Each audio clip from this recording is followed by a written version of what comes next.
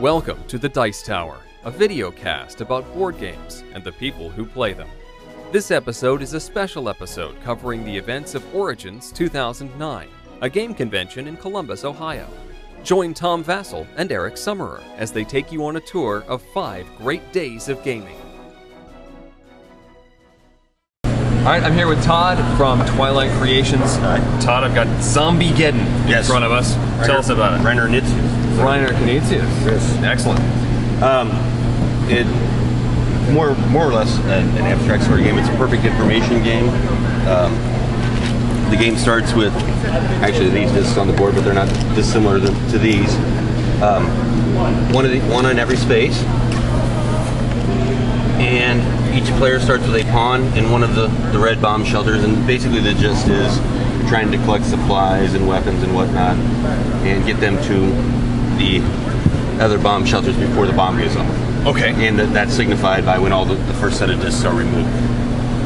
Once those are removed, you take the white disc, you put them on there, and that's a new set of supplies after the bomb has gone off. Okay. And mutants that you have to fight with the weapons that you've collected from the previous set of discs. So, preparing for the Zombie-geddon and then living through Zombie-geddon. Right, and then you're running supplies back to the original bomb shelters, and once all those discs are gone, whoever has the most points wins. Excellent. So how about Martians over here?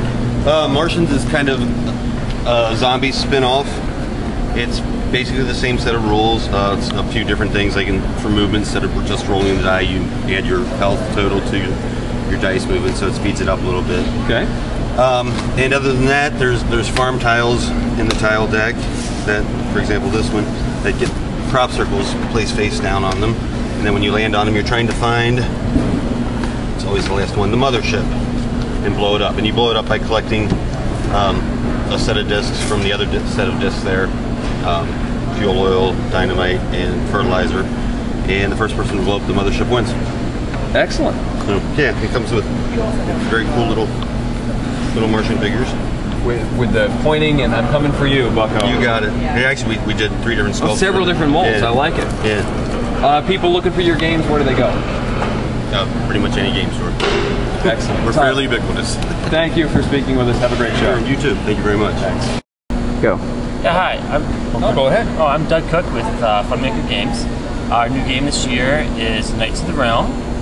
It is a game where at the end of the game you want to have the most points when you defeated the last dragon. You do that by building castles, which adds to the strength of your knight. Castles always also add multipliers to the amount of tribute or gold that you're going to be able to collect as you go through your knights ride through the lands.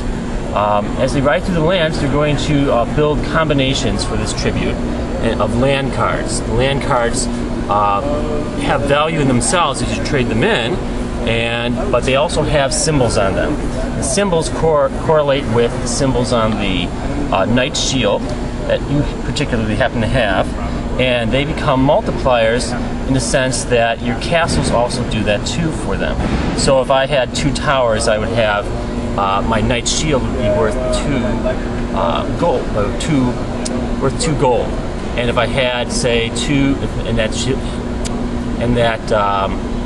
symbol happened to be like an eagle symbol, and my land cards that I traded in were an eagle symbol, so each one of those eagle symbols would be worth 2. So now I'd have more and more gold.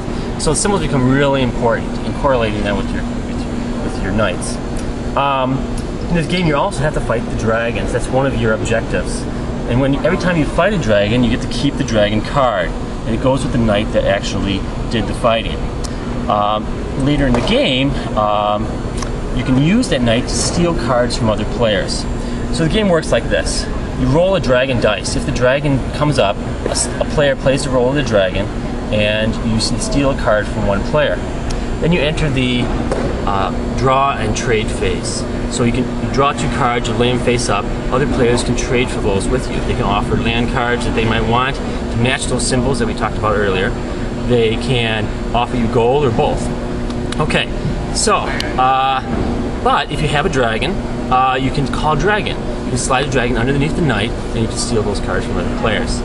At the end, when the last dragon's gone, game ends, and you add up your points, which are the castles and the dragons. There's also bonus points at the end. Great. So you got a deck of cards. You've got these neat little coins. If people want to find your games, where do they go to find you? Well, they go to funmakergames.com. And right now, it's so brand new that that's really the only place. But I'm talking to certain game stores and distributors at this time. So that in the future, we'll have it out in the stores. Excellent. Well, thanks for spending some time with us. Have a great show. Okay, thank you. Thanks. Tom, I'm here with Sean from Fred Distribution.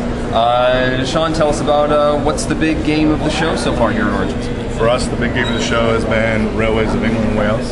Sean will give us a little. I see you've only got 6 more copies sitting here on the shelf. Yeah, we air freighted in a few copies specifically for the show because they were going to miss the show by about 3 days. Oh no! So we flew some in, and the first day we went through pretty much every day's allotment, not paying attention to the supply. Oh no!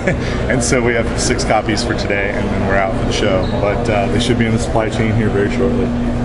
It's a new designed by Martin Wallace on our new Railways of the World platform. Railways of the World is our new base game, and this is a new expansion. This game here has a 2-tier rule book. It's got a basic introductory that plays very similar to the Rails of Europe, with the major lines and a new deck of cards, new rail barons and such. And then it has the second set of rules that Martin Wallace has introduced that introduces a share system into the game, which feels a lot like a light 18XX. Okay. What it is that each one of these companies starts with a few shares in an available company box, and players have money and they play as investors in a railroad company. And so everybody starts out with some money, and you buy these seed shares in the company. And as you buy it, you get to take this company tile here, and you get shares on it, and every time shares are put up or sold, the company gets money. And then you spend the company's money to operate, much like you do in a Railways of the World game, where you're going to pick up a cube and deliver it, and you score income, but the money doesn't go to you, the player, it goes to the company. Goes to the company, okay. And while people are buying shares, if somebody buys more shares in that company than you, then they take over the operation of that company. Excellent. And then they can actually do the calls. But if you still own shares, you still get dividends, you're still earning money. Yes. So it doesn't really matter who's in control of the railway, because if the railway pays out $25, it goes amongst the 3 or 4 shareholders. And so if you do well enough setting up the railways and getting stock, you could just sit back and let the other players control, and you make money. Absolutely. In the demo we played yesterday, the gentleman that won without a company. Toward the tail end, he did not have a company. He was just riding off of diversified stocks from other people. Very nice. It does have a merger system in it as well, where 2 railroads can merge and become one company, and then that old company will go back to the share pool and can come back again as a future. Almost acquire mechanic where it does have a very small bit of an acquire feel, which I think is a wonderful thing. Great. Let's talk about Attack Deluxe. Okay, Attack Deluxe is a new release from Mike Selinger. Basically, you remember him from Axis and Allies from 2004. He did the revision and kind of brought life back in Axis and Allies by kind of clean slating it and cleaning up the rules.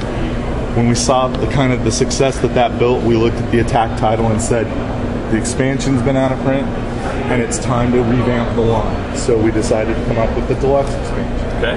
Together, when you put the 2 games together, that becomes Attack Deluxe. All right. And we shrink those 2 games together, and people can buy a big, huge, monstrous 1,000-piece plastic game for $50. You can also buy the individual expansion, and for fans of the original that already own everything, they can go to the website and buy a little kit that gives them everything that brings them up to the new version. Very good. Best place to go to find the games? Any of your local friendly game shops. Excellent. Thanks for joining us today.